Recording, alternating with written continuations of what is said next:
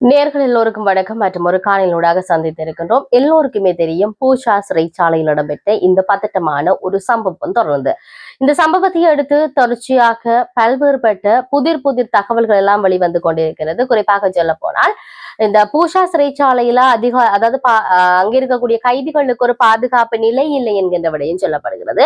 இதையும் தாண்டி இந்த முதல்ல இந்த துப்பாக்கி சூட்டை ஆரம்பித்த காவல் அதிகாரி மீது கடுமையான விசாரணைகள் இடம்பெற்றுக் கொண்டிருப்பதோடு அது சரியா பிழையா என்பதுதான் சமூக வலைதளத்துல தற்போது பேசு பொருளை உண்டு பண்ணி இருக்கின்றது என்ற விடயத்தை நாங்கள் சொல்லக்கூடியதாக இருக்கின்றது. நீர்கொழும்பு சிறைச்சாலையில் மோதலை தொடங்கியதாக தெரிவிக்கப்படுகும் கட்டுவெல்கம சுரேஷ் பூஷா சிறைச்சாலைக்கு மாற்றப்பட்டிருக்கிறார். அந்த சுரேஷ் பாதாள உலக கும்பல் உறுப்பினர் கெகல் பத்ர பத்மேக்கு நெருக்கமானவர் என சொல்லப்படுகின்றது. கட்டு வெல்லகம சுரேஷ் மீது கூர்மையான ஆயுத தாக்குதல்கள், அதே போல கொள்ளை, போதைப் பொருள் வைத்திருத்தல் மற்றும் விற்பனை செய்தல் ஆகிய குற்றச்சாட்டுகள் சுமத்தப்பட்டிருப்பதை நாங்கள் பார்க்கின்றோம். இதையும் தாண்டி அவர் 2016ஆம் ஆண்டு நாரமலை பகுதியில உள்ள கோவில்ல துறவி மற்றும் அவரது உதவியாளரை தாக்கியதாகவும் ஒரு சக்தியாயாவை சேதப்படுத்தியதாகவும் இவர் மீது குற்றச்சாட்டுகள் முன்வைக்கப்பட்டிருக்கிறது. ஆகவே இவர் மீதான விசாரணைகள் உயர் நீதிமன்றத்தில நிலுவையில் இருக்கின்ற விடயமும் இங்கு பேசு பொருளை உண்டு பண்ணி இருக்கின்றது. இதை தாண்டி 2400க்கும் மேற்பட்ட குறுகிய கால கைதிகள் விசாரணை கைதிகள் தடுத்து வைக்கப்பட்டிருக்கின்றார்கள் என்ற விடயமும் இங்கு சொல்லப்பட்டிருக்கின்றது.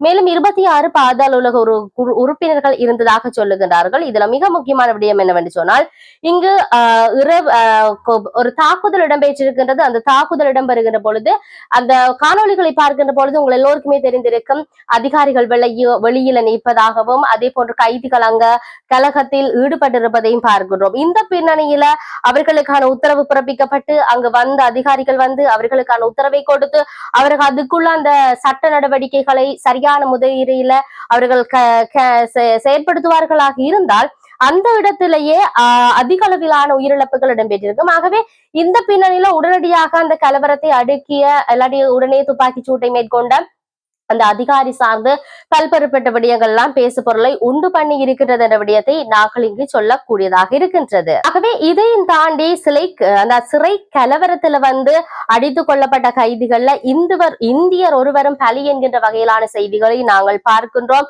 நீர்கொழும்பு சிறைச்சாலையில ஏற்பட்ட அந்த வன்முறை சம்பவத்துல இந்தியர் ஒருவரும் உயிரிழந்திருப்பதாக இந்திய ஊடகங்கள் ஒன்று செய்தி வெளியிட்டிருந்தது. இந்த சிறைச்சாலை கைதியாக இருந்த எஸ் உன்னிகிருஷ்ணன் என்ற 73 வயதுடைய ஒருவரே இவ்வாறு உயிரிழந்திருப்பதாக சொல்லப்படுகிறது. சிறைச்சாலையில கடந்த 5 மற்றும் 6ஆம் திகதிகள் இடம்பெற்ற கலவரத்துல 7 சிறை அதிகாரிகள் உட்பட மொத்தம் 27 பேர் உயிரிழந்திருப்பதாகவும் வன்முறையை தொடர்ந்து தடுத்து வைக்கப்பட்டிருந்த கைதிகள் பாதுகாப்பு கருதி நாட்டின் ஏனைய சிறைகளுக்கு மாற்றப்பட்டிருப்பதை நாங்கள் பார்க்கின்றோம். இந்த நிலையில தான் நீர்கொழும்பு சிறைச்சாலையில கடந்த திங்கட்கிழமை இடம்பெற்ற இந்த வன்முறை சம்பவத்தில் இந்திய பிரஜை ஒருவரும் உயிரிழந்திருப்பதாக த ஹிந்து செய்தி வெளியிட்டிருக்கிறது.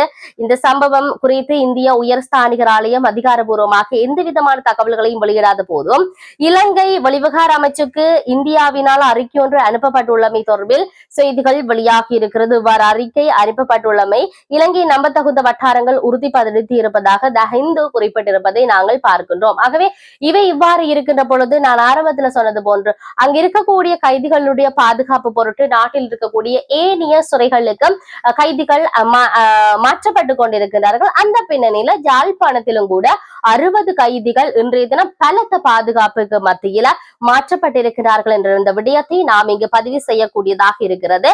எது எப்படி இருந்தாலும் இவற்றுடைய நகர்வுகள் எப்படி இருக்க போகிறது என்பதை நாங்கள் பொறுத்திருந்து பார்ப்போம். மற்றொரு பதிவினூடாக சந்திப்போம். வணக்கம்.